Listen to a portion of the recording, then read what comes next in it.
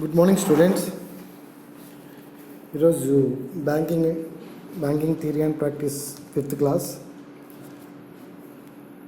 మనం వచ్చి second chapter kinds of banks అంటే బ్యాంకుల్లో రకాలు. సెకండ్ చాప్టర్లో మనం 14 బ్యాంక్స్ గురించి డిస్కస్ చేసాం. మొత్తం బ్యాంక్స్ టోటల్ 14 బ్యాంక్స్, వాటి గురించి డిస్కస్ చేసాం. ఆ 14 బ్యాంక్స్లో మనం చెప్పుకున్న వాటిలో ఈ వాణిజ్య బ్యాంకులు, పారిశ్రామిక బ్యాంకులు అంటే ఇండస్ట్రియల్ బ్యాంక్స్, నెక్స్ట్ వచ్చి agricultural banks, cooperative banks, exchange banks, savings banks and central banks, indigenous banks, దేశీయ బ్యాంకుల వరకు చర్చించుకున్నమాట, డిస్కస్ చేసాం. ఇప్పుడండి ninth bank public sector banks అండి. పబ్లిక్ సెక్టార్ బ్యాంక్స్ గురించి మనం డిస్కస్ చేద్దాం. ఓకేనండి.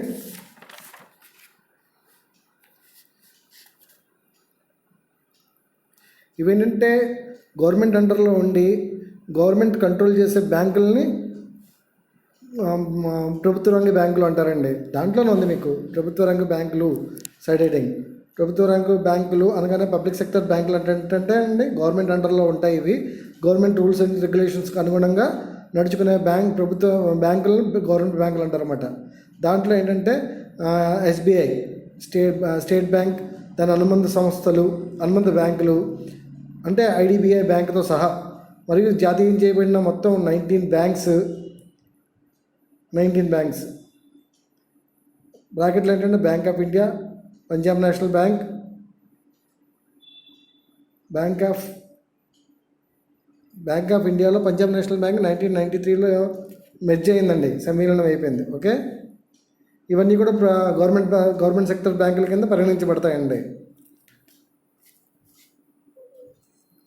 సో ఏంటంటే జూలై 19th, 1969లో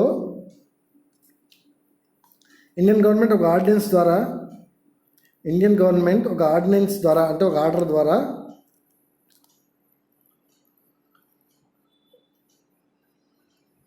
ఫోర్టీన్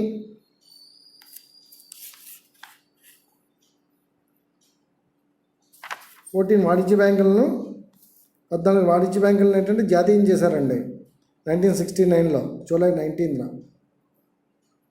ఏ బ్యాంక్ డిపాజిట్లు అయితే 50 కోట్లు మించి ఉన్నాయో ఆ బ్యాంకులన్నింటినీ కూడా జాతీయకరణ కింద పరిగణించారండి.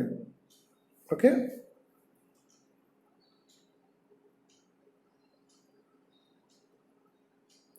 మన దేశంలో మ్యాక్సిమం వాణిజ్య బ్యాంకింగ్ విధానం అంతా 90% ఈ ప్రభుత్వ రంగ బ్యాంకుల ద్వారానే జరుగుతున్నది. సో మన కంట్రీలో ఏంటంటే వాణిజ్య బ్యాంకింగ్ అంటే ట్రేడింగ్ బ్యాంకింగ్ ఇవన్నీ కూడా 90% ఏంటంటే గవర్నమెంట్ బ్యాంకుల ద్వారా జరుగుతున్నది అన్నమాట అండి. ప్రస్తుతం ఏంటంటే ప్రభుత్వ రంగంలో 26 బ్యాంక్స్ అండర్ గవర్నమెంట్ బ్యాంకుల చట్టం ప్రకారం ఉన్నాయన్నమాట అండి. ఓకే, 10th సింపులైజ్ దట్ ప్రభుత్వ రంగ బ్యాంకులు అనగానే ఇవి గవర్నమెంట్ అండర్లో ఉండి గవర్నమెంట్ రూల్స్కి అనుగుణంగా నడిచే బ్యాంకులను ప్రభుత్వ రంగ బ్యాంకులు, పబ్లిక్ సెక్టర్ బ్యాంక్స్ అంటారన్నమాట. ఓకేనండి.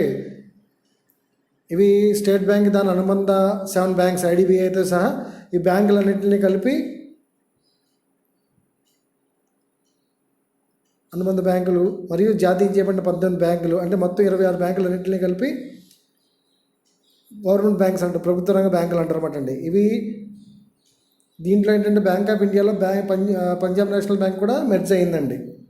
ఓకే, జూలై 19, 1969లో గవర్నమెంట్ ఆర్డినెన్స్ ప్రకారం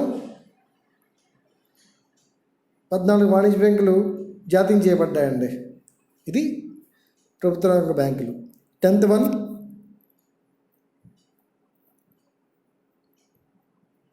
side heading private banks.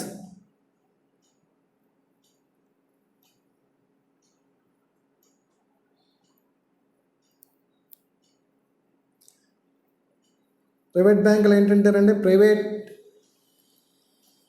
Segment అండర్లో ఉండి ప్రైవేట్ సెగ్మెంట్ వాళ్ళ రూల్స్కి అనుగుణంగా నిర్వహించబడే బ్యాంకులను ప్రైవేట్ బ్యాంకులు అంటారండి. వీటిలన్నింటినీ కూడా ప్రైవేట్ సెగ్మెంటే నడిపిస్తుంటుంది, ప్రైవేట్ యాజమాన్యమే నిర్వహిస్తుంటుంది అన్నమాట. కానీ వీటి అండర్ ఇవి ఎన్ని ప్రైవేట్ బ్యాంకులు ఎన్ని ఉన్నా కూడా ఇవన్నీ కూడా RBI reserve bank of India rules and regulation ప్రకారం నడుచుకోవాల్సి ఉంటుందండి ఇండియాలో. అట్ ప్రజెంట్ మన కంట్రీలో ఏంటంటేనండి 22 ప్రైవేట్ బ్యాంక్స్ ఉన్నాయన్నమాట. ఇవన్నీ కూడా ఆర్బీఐ రూల్స్ అనుగుణంగా నడుచుకుంటున్నాయి. ఓకేనండి. RBI means reserve bank of India. 11th one side heading. మీరు కుదిరితే రన్నింగ్ నోట్స్ కింద రాసుకోండి, కానీ మెయిన్ వినడం మాత్రం చేయండి. ఎందుకంటే వింటూ ఉంటే మీరు మ్యాక్సిమం ఆ సైడ్ హెడ్డింగ్లోనే మొత్తం ఇన్ఫర్మేషన్ ఉంటుంది. మీరు ఒక్కసారి చదివితే మీరే రాసేయగలుగుతారు అన్నమాట. బ్యాంకింగ్ పెద్ద కష్టమైన సబ్జెక్ట్ ఏం కాదండి. ఓకే. 11th పాయింట్ పెట్టుబడి బ్యాంకులు, ఇన్వెస్ట్మెంట్ బ్యాంక్స్.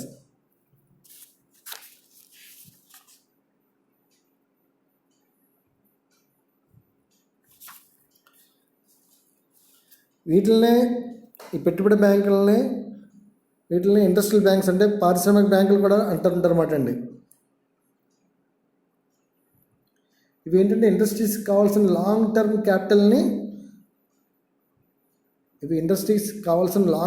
క్యాపిటల్ని సమకూర్చే నిమిత్తం ఏర్పాటు చేసి లాంగ్ టర్మ్ క్యాపిటల్ని అంటే మూలధనాన్ని సమకూర్చే నిమిత్తం ఏర్పాటు చేసిన బ్యాంకులనే పెట్టుబడి బ్యాంకులు అంటారండి. ఓకే. మనకి ఏంటంటే పరిశ్రమలకి స్థాపించడానికి వాటికి దీర్ఘకాలిక రుణాలు అవసరం అవుతుంటాయి. దానికి సంబంధించి ఏంటంటేనండి మనం క్యాపిటల్ ఉంటేనే కానీ చేయలేం. ఒక ఇండస్ట్రీ స్థాపించాలంటే క్యాపిటల్ ఉండాలి. ఆ క్యాపిటల్ అన్నది లాంగ్ టర్మ్ ఉండాలండి. ఎందుకంటే ఇండస్ట్రీ స్థాపన అంటే ఏదో మనం బిల్డింగ్ కట్టినట్టు 1-2 సంవత్సరాలు అవ్వదండి. మినిమం 5 years 6 years ప్లానింగ్ ఉంటుంది.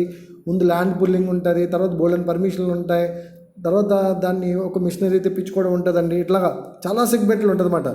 అందువల్ల ఏంటంటేనండి ఒక ఇండస్ట్రీ స్థాపించాలంటే కనుక మినిమం 3 to 4 years 5 years అట్లా అంత టైం దాన్ని మించే పడుతుందండి. అందువల్ల ఏంటంటే మనకేంటంటే లాంగ్ టర్మ్ క్యాపిటల్ సమకూర్చుకునే నిమిత్తం ఏర్పాటు చేయబడిన బ్యాంక్నే పెట్టుబడి బ్యాంక్ అంటారు అన్నమాట.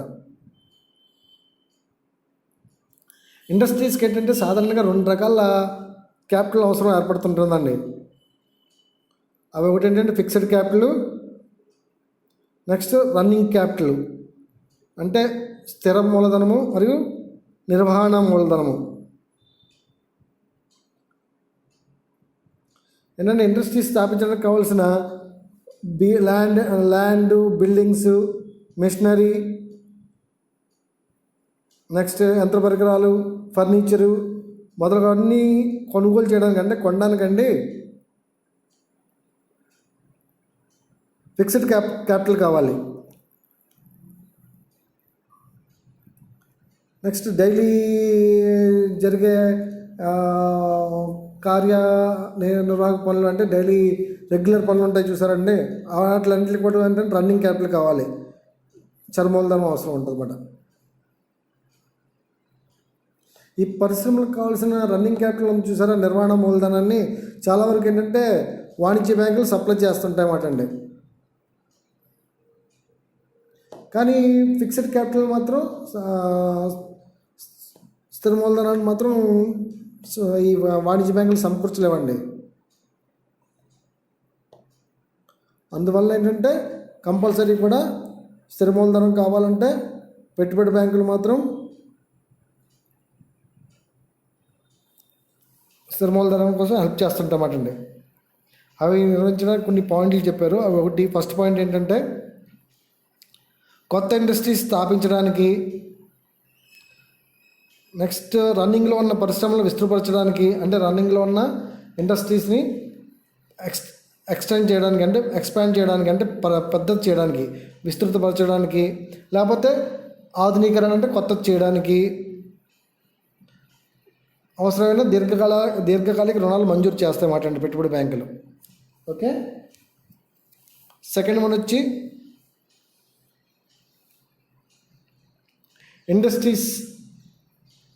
ఇండస్ట్రీస్ జారీ చేసిన షేర్లు, వాటాలు, డిబెంచర్లకు చందా పూచి ఇవ్వడం చేస్తుంటాయన్నమాట అండి. అంటే గ్యారంటీ ఇస్తుంటాయన్నమాట.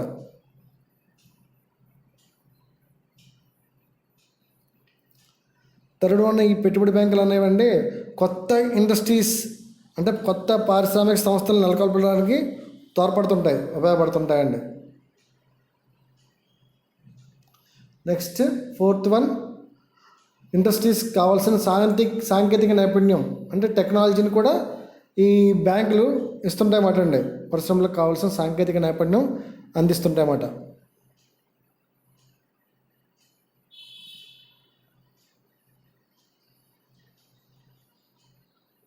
ఈ పెట్టుబడి బ్యాంకుల జాబితాలో 4 బ్యాంకులు వస్తుంటాయండి.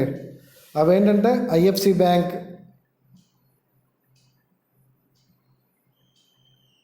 ఐఎఫ్సి మీన్స్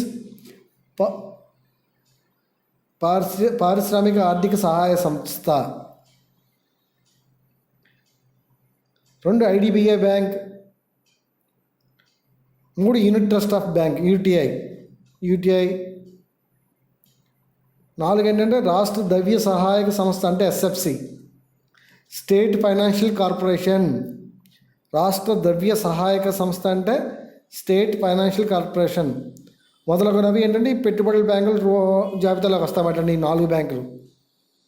ఇది మాత్రం సింపులైజ్ అండి. పెట్టుబడి బ్యాంకులు ఇండస్ట్రీస్ నిర్వహించడానికి దాని క్యాపిటల్ పోగు చేసుకోవడానికి ఉపయోగపడి మనకి 2 రకాల క్యాపిటల్స్ కావాల్సి ఉంటుంది. ఒకటి రన్నింగ్ క్యాపిటల్, ఒకటి ఫిక్స్డ్ క్యాపిటల్.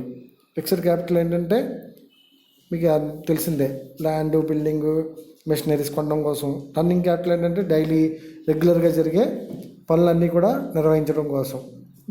ఈ రెండు వీటిని సమకూర్చడం కోసం వారికి పెట్టుబడి బ్యాంకులు ఉపయోగపడతాయి.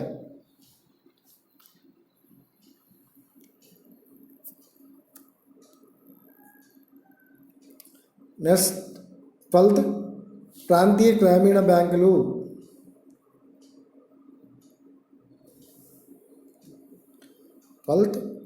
ప్రాంతీయ గ్రామీణ బ్యాంకులు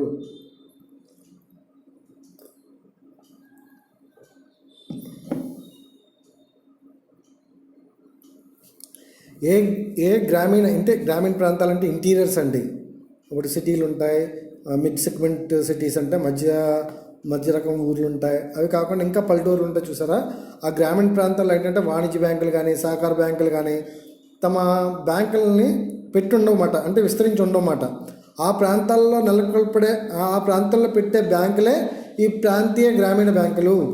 ప్రాంతీయ గ్రామీణ బ్యాంకులు అంటే పల్లెటూరుల్లో ఎటువంటి ప్లేసుల్లోనూ డీప్లో ఉండే ప్లేసుల్లో ఎటువంటి బ్యాంకులు ఉండవు కదండి. అటువంటి ఊర్లలో పెట్టే బ్యాంకులను, కొత్త బ్యాంకులను ప్రాంతీయ గ్రామీణ బ్యాంకులు అంటారన్నమాట. ఈ బ్యాంకుల యొక్క మెయిన్ మోటో అంటే ఏంటంటే ప్రధాన ధ్యేయం ఏమనగా ఇవన్నీ అగ్రికల్చరల్ కార్యకలాపాలకు బాగా ఆర్థిక సహాయం అందజేస్తుంటాయన్నమాట. అగ్రికల్చరల్ లోన్స్ ఎక్కువ ఇస్తుంటాయన్నమాట. అగ్రికల్చరల్ మీన్స్ వ్యవసాయ కార్యకలాపాలకి ఆర్థిక సహాయం అందించడం. నెక్స్ట్ గ్రామీణ ఉపాధి పథకాలని చేయూతనివ్వడం. గ్రామీణ ఉపాధి పథకం అంటే సెల్ఫ్ ఎంప్లాయ్మెంట్ ఉంటాయి. చిన్న పరిశ్రమలు పెట్టుకుంటుంటారు ఊర్లో, మీరు చూసే ఉంటారు కదా. చాలామంది ఎస్టీడీ బూతులు కానీ, లేకపోతే టైలరింగ్ షాపులు కానీ, నెక్స్ట్ ఏమో పీచ్ ఫ్యాక్టరీలు కానీ ఇలాంటివి పెట్టుకుంటుంటారు కదా. ఇలాంటి వాటిలన్నింటికి ఇవి ప్రాంతీయ గ్రామీణ బ్యాంకులు బాగా ఉపాధిని కల్పిస్తుంటాయన్నమాట అండి. Next point 13th point, scheduled and non scheduled banks.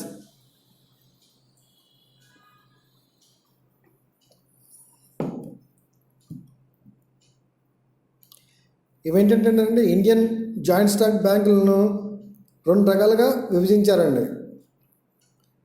భారతీయ జాయింట్ స్టాక్ బ్యాంకులను స్థూలంగా 2 రకాలుగా విభజించారు. అవేంటంటేనండి, ఒకటి షెడ్యూల్డ్ బ్యాంక్స్, 2 వచ్చి నాన్ షెడ్యూల్డ్ బ్యాంక్స్. భారతీయ జాయింట్ స్టాక్ బ్యాంకులను స్థూలంగా 2 రకాలుగా విభజించారు. అవి ఫస్ట్ పాయింట్ వచ్చి షెడ్యూల్డ్ బ్యాంక్స్, సెకండ్ పాయింట్ వచ్చి నాన్ షెడ్యూల్డ్ బ్యాంక్స్.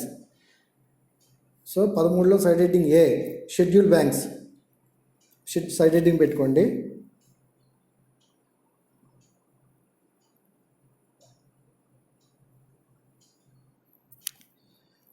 ఇది ఆర్బీఐ చట్టం ప్రకారం 1934లో అండి. ఆర్బీఐ చట్టం ప్రకారం 1934లో 2వ షెడ్యూల్లో 1934లో రెండో షెడ్యూల్లో చేర్చిన బ్యాంకులను షెడ్యూల్ బ్యాంకులుగా పరిగణించారండి. ఆర్బీఐ చట్టం ప్రకారం 1934 రెండో షెడ్యూల్లో చేర్చిన బ్యాంకులను షెడ్యూల్ బ్యాంకులుగా పరిగణించారు. ఈ రెండో షెడ్యూల్లో చేర్చడానికి రిజర్వ్ బ్యాంక్ ఏంటంటే కొన్ని షరతులు విధించిందండి బ్యాంకులకి. ఆ షరతులను ఏంటంటే వాణిజ్య బ్యాంకులు సాటిస్ఫై చేయవలసి ఉంటుందన్నమాట, అంటే సంతృప్తి పరచవలసి ఉంటుందన్నమాట. ఆ షరతులు ఏమిటంటేనండి, అది ఇండియాలోనే బ్యాంకింగ్ వ్యాపారం చేయడం first point. Next, Indian companies act కింద రిజిస్టర్ కావడం.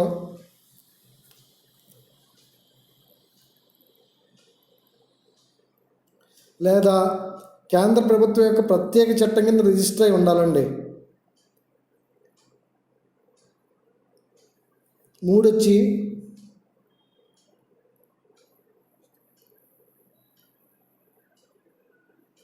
చెల్లించిన వాటా మూలధనం minimum to minimum reserve 5 lakhs ఉండాలండి.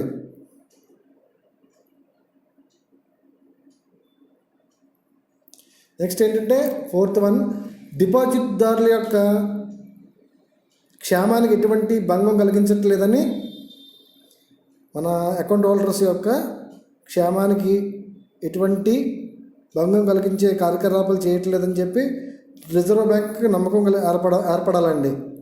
ఆర్బీఐ ఈ బ్యాంక్ వచ్చి అకౌంట్ హోల్డర్స్కి ఎటువంటి హామ్ చేయట్లేదు, చాలా సేఫ్ఫుల్ బ్యాంక్ అని ఆర్బీఐ బిలీవ్ చేయాలన్నమాట.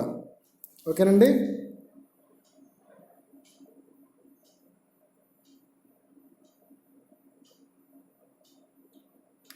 ఇండియాలో అండి నవంబర్ 2013 నాటికి షెడ్యూల్ బ్యాంకులు 151గా ఉన్నట్లు లెక్కించారండి. భారతదేశంలో ఇండియాలో 2013 నవంబర్ నాటికి 151 షెడ్యూల్ బ్యాంకులు ఉన్నాయండి. ఈ షెడ్యూల్ బ్యాంకుల బాధ్యత ఏంటంటే, షెడ్యూల్ బ్యాంకుల బాధ్యతలు సైడ్ హెడ్డింగ్. ఈ షెడ్యూల్ బ్యాంకులు కొన్ని బాధ్యతలు కలిగి ఉంటాయండి.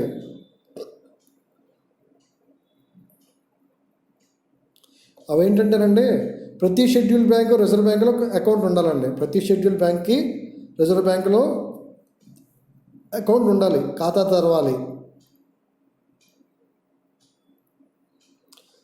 ఇంకోటి ఏంటంటే, బ్యాంక్ డిపాజిట్లు ఉంటాయి కదండి, ఆ బ్యాంక్ డిపాజిట్లో కనీసం 3% అమౌంట్ అన్నా రిజర్వ్ బ్యాంకులో ఉంచాలండి. మినిమం 3% అమౌంట్ రిజర్వ్ బ్యాంకులో ఉంచాలి.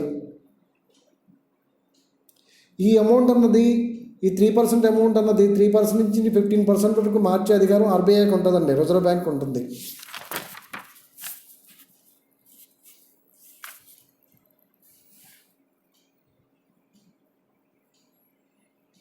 ఈ ప్రతి షెడ్యూల్ బ్యాంకు ఎవ్రీ వీక్ అంటే వారం తను లయబిలిటీస్ అండ్ అసెట్స్ గురించి కేంద్ర ప్రభుత్వానికి దాఖలు చేయవలసి, ఆర్బీఐకి తెలియపరచవలసి ఉంటుందండి. అంటే ప్రతి షెడ్యూల్ బ్యాంకు వారం ఏం చేయాలంటే, తన ఆస్తి అప్పుల పట్టి ఉంటుంది కదండి, ఆస్తి అప్పుల పట్టి అసెట్స్ లయబిలిటీస్ గురించి కేంద్ర ప్రభుత్వానికి రిజర్వ్ బ్యాంక్కి తెలియజేయవలసి ఉంటుందండి. ఈ నెక్స్ట్ ఏంటంటేనండి, థర్డ్ పాయింట్, రిజర్వ్ బ్యాంకులు ఏ టైంలోనూ షెడ్యూల్ బ్యాంకులని, అంటే ఎనీ టైం షెడ్యూల్ బ్యాంకులని తనిఖీ చేసే అధికారం కలిగి ఉంటాయి.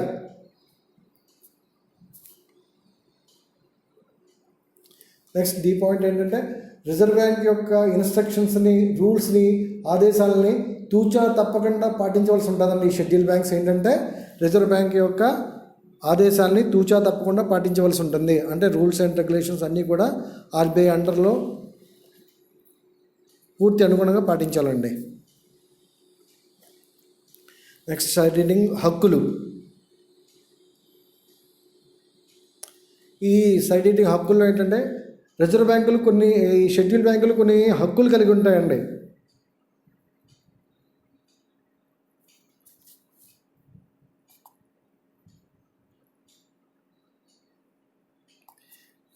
ఈ రిజర్వ్ బ్యాంకులు, షెడ్యూల్ బ్యాంకులు ఏం చేస్తుంటాయి ఏంటంటే బిల్లులు డిస్కౌంట్ చేయడం ద్వారా, సెక్యూరిటీలు తాకట్టు పెట్టడం ద్వారా, అంటే చాలా సెక్యూరిటీలు ఉంటాయి కదా, ఒక కంపెనీ యొక్క సెక్యూరిటీలు, షేర్స్ ఇలాంటివన్నీ తాకట్టు పెట్టడం ద్వారా రిజర్వ్ బ్యాంకు దగ్గర ఆర్థిక సహాయాన్ని పొందుతుంటాయండి, పొందవచ్చు కూడా.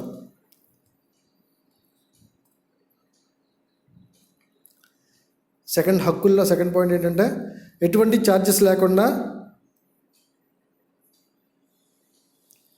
సొమ్ము బదిలీ సౌకర్యాలు, అంటే నగదు బదిలీలను సౌకర్యాలను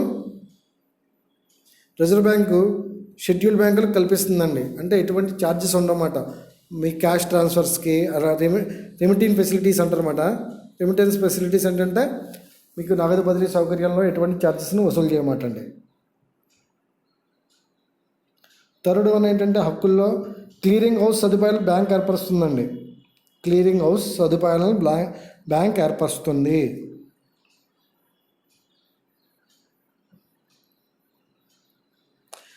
మరియు అత్యవసర పరిస్థితుల్లో అనేక రకాలైన సదుపాయాలను, సహకారాలను రిజర్వ్ బ్యాంక్ అందిస్తుందండి. ఈ షెడ్యూల్ బ్యాంకర్స్ కంటే అత్యవసర పరిస్థితుల్లో ఏంటంటే అనేక రకాల సదుపాయాలని, సహకారాలను రిజర్వ్ బ్యాంక్ అందిస్తుంది. నెక్స్ట్ ఇది షెడ్యూల్ బ్యాంక్ గురించి మాట్లాడుకున్నాం. Second B point, non schedule banks side heading.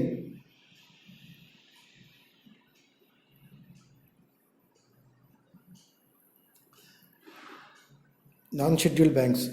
Schedule banks గురించి ఏం చెప్పుకున్నామండి? ఆర్బీఐలో 2వ షెడ్యూల్లో నమోదు చేయబడిన బ్యాంకులన్నీ కూడా షెడ్యూల్ బ్యాంక్స్ అనుకున్నాం. ఈ నాన్ షెడ్యూల్ బ్యాంక్స్ అంటే సింపుల్, దానికి యాంటీ ఏంటంటే రిజర్వ్ బ్యాంక్ చట్టంలోని 2వ షెడ్యూల్లో, ఆర్బీఐ చట్టంలో 2వ షెడ్యూల్లో నోట్ కాని బ్యాంకులను, అంటే నమోదు కాని బ్యాంకులను నాన్ షెడ్యూల్ బ్యాంక్స్ అంటారండి.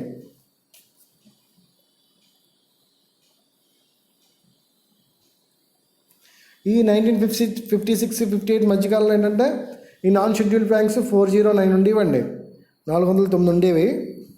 ఇవి 60-61 నాటికి 256 అయినాయి. ఈ నాన్ షెడ్యూల్ బ్యాంక్స్ 1960-61 నాటికి 256 అయినాయి మాట అండి. తర్వాత 1980-81 నాటికి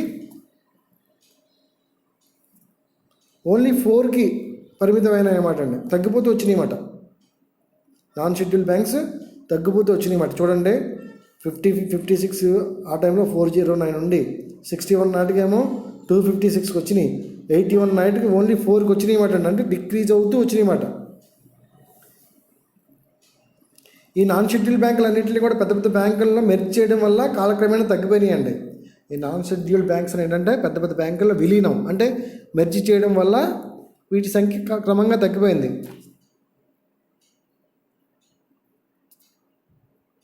ఈ మార్చి 2005 నాటికి ఏంటంటేనంటే 284 వాణిజ్య బ్యాంకులు షెడ్యూల్డ్ వాణిజ్య బ్యాంకులుగా రిపోర్ట్ చేస్తున్నాయన్నమాట అండి. ఈ వాణిజ్య బ్యాంకులే షెడ్యూల్డ్ బ్యాంకులుగా రిపోర్ట్ చేస్తున్నాయన్నమాట. కొన్ని సహకార బ్యాంకులు అర్హత కలిగిన వాటిని ఏంటంటే 2వ షెడ్యూల్లో, రిజర్వ్ బ్యాంక్ 2వ షెడ్యూల్లో చేర్చడం జరిగిందండి. లాస్ట్ అండి 14th లాస్ట్ విదేశీ బ్యాంకులు సైడ్ హెడ్డింగ్.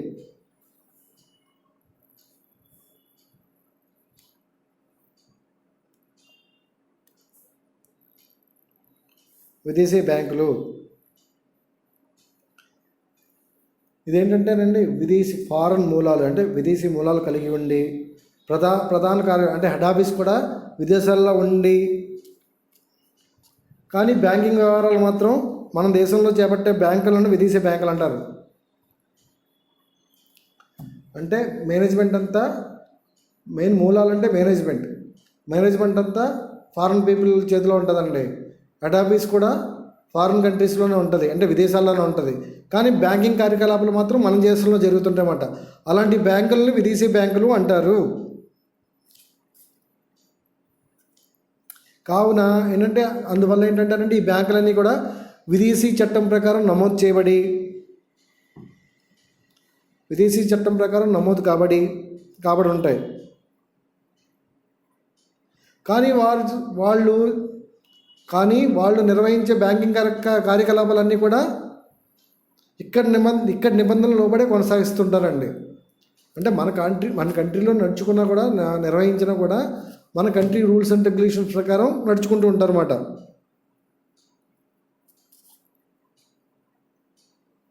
ఈ విదేశీ బ్యాంకులని షెడ్యూల్డ్ బ్యాంకులుగా కూడా పరిగణించవచ్చండి. ఈ విదేశీ బ్యాంకులనే షెడ్యూల్డ్ బ్యాంకులుగా కూడా వ్యవహరించవచ్చు.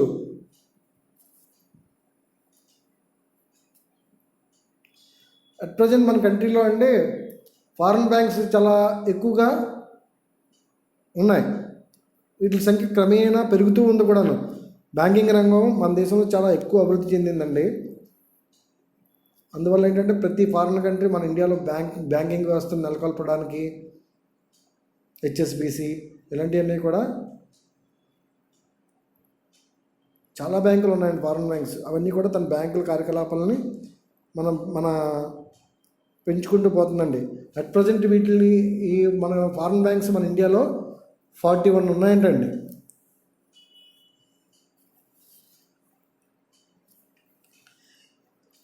ఉన్నాయండి. ఈ విధంగా ఏంటంటేనండి మన దేశంలో అనేక రకాల బ్యాంకులు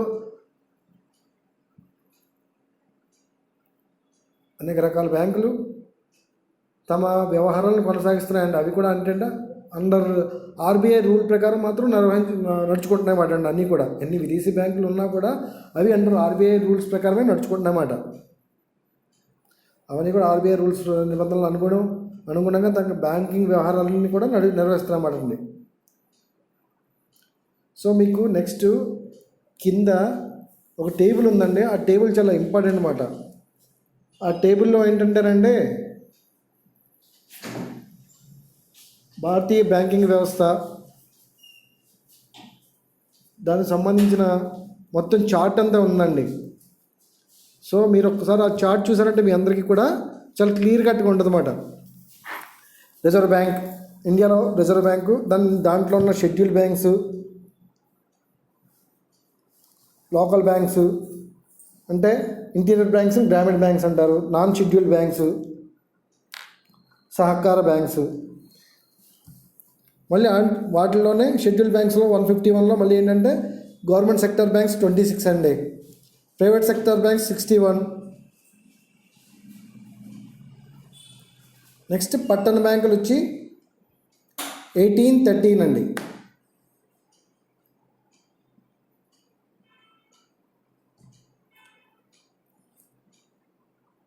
ఆ పట్టణ బ్యాంకుల్లోనే మళ్ళీ మీరు కింద చార్ట్ అబ్జర్వ్ చేస్తున్నారు కదా, గ్రామీణ బ్యాంకులు కూడా ఉన్నాయన్నమాట. గ్రామీణ బ్యాంకులు కూడా ఉన్నాయండి. అట్ ప్రజెంట్ ఈ టేబుల్ ఏంటంటే 2013 నాటికండి. ఇప్పుడు ఇవన్నీ కూడా ఆర్డినరీ చేంజ్ అయినాయి, చాలా చేంజెస్ వచ్చినాయి అట్ ప్రజెంట్. కానీ ఏంటంటే మనం సబ్జెక్ట్ ప్రకారం రాయాలి కాబట్టి 2013 నాటికి మన ఈ చాప్టర్ తయారు చేయబడింది కాబట్టి సో మీరు ఇవే నెంబర్స్ రాయండి. నెక్స్ట్ వచ్చి గవర్నమెంట్ సెక్టర్ బ్యాంకులో ఏంటంటే మళ్ళీ స్టేట్ బ్యాంక్స్, వాటి అనుబంధ సంస్థలు. అనుబంధ బ్యాంకులు అంటే ఏంటో మీకు అర్థమైంది కదా. స్టేట్ బ్యాంక్ ఆఫ్ ఇండియాలో state bank of Hyderabad, state bank of Travancore, state bank of Mysuru, ఇట్లా 6 బ్యాంకులు ఉన్నాయండి. ఇవన్నీ కూడా భారతీయ స్టేట్ బ్యాంకు అనుబంధ సంస్థలు. మళ్ళీ జాతీయం చేయబడిన బ్యాంకులు ఒక 20 వరకు ఉన్నాయి. నెక్స్ట్ ప్రైవేట్ సెగ్మెంట్ బ్యాంకుల్లో ఏంటంటే ఇండియన్ బ్యాంక్స్ 20, ఫారెన్ బ్యాంక్స్ 41.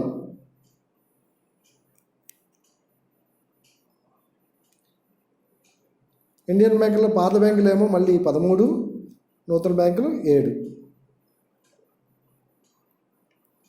ఈ విధంగా మీరు ఈ చార్ట్ చూసారంటేనంటే ఇండియాలో బ్యాంకింగ్ అన్నది ఎట్లా విపరీతంగా ఎలా వృద్ధి చెందింది అన్నది మీకు క్లియర్గా అర్థమవుతుందన్నమాట. ఈ బ్యాంకింగ్ వ్యవస్థ అనేది ఒక దేశం యొక్క ఆర్థిక వ్యవస్థ, ఒక కంట్రీ యొక్క ఆర్థిక పరిస్థితి ఏ విధంగా డెవలప్ అయింది, ఏ విధంగా సక్సెస్ అయింది, మనం ఎట్లా గ్రోత్ ఉందన్నది మనం ముఖ్యంగా మన భారతీయ ఆర్థిక పరిస్థితి అన్నది భారతీయ బ్యాంకింగ్ వ్యవస్థ మీద ఆధారపడి ఉందండి. ఒక రకంగా వెన్నుముక లాంటిది మాట. ఓకేనండి. ప్రపంచంలోనే మొదటి 1000 బ్యాంకుల్లో మన 20 బ్యాంకులు ఉన్నాయండి. మొదటి 500 బ్యాంకుల్లో మనం 5వ స్థానంలో ఉన్నమాట. మన బ్యాంకులో 5 స్థానాలు పొందగలిగామాట. ఈ విధంగా ఎస్బీఐ, ఎస్బీఐ దాని అనుబంధ బ్యాంకులు ఏంటంటే 14,058 బ్రాంచులు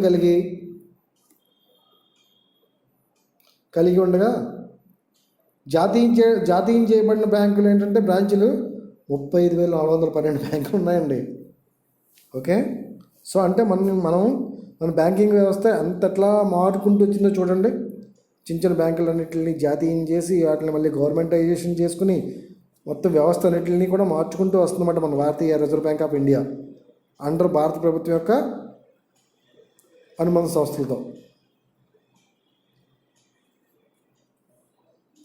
ప్రైవేట్ బ్రాంచ్లు ఏమో 7,097 అండి. విదేశీ బ్యాంకుల బ్రాంచ్లు ఏమో 272.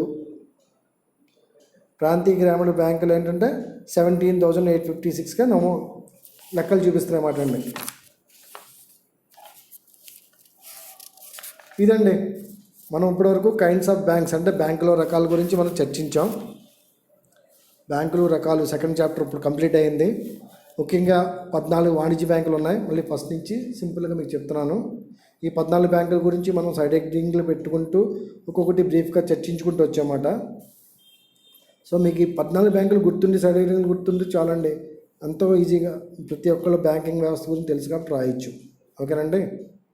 ఈ 14 బ్యాంకులు ఏంటంటే commercial banks, industrial banks, agricultural banks, cooperative banks, exchange బ్యాంకులు, saving banks, central banks, indigenous banks, public sector banks, private sector banks, investment banks, regional rural banks, and schedule and non schedule banks, and foreign banks. వీటిలన్నింటి గురించి discuss చేసామండి.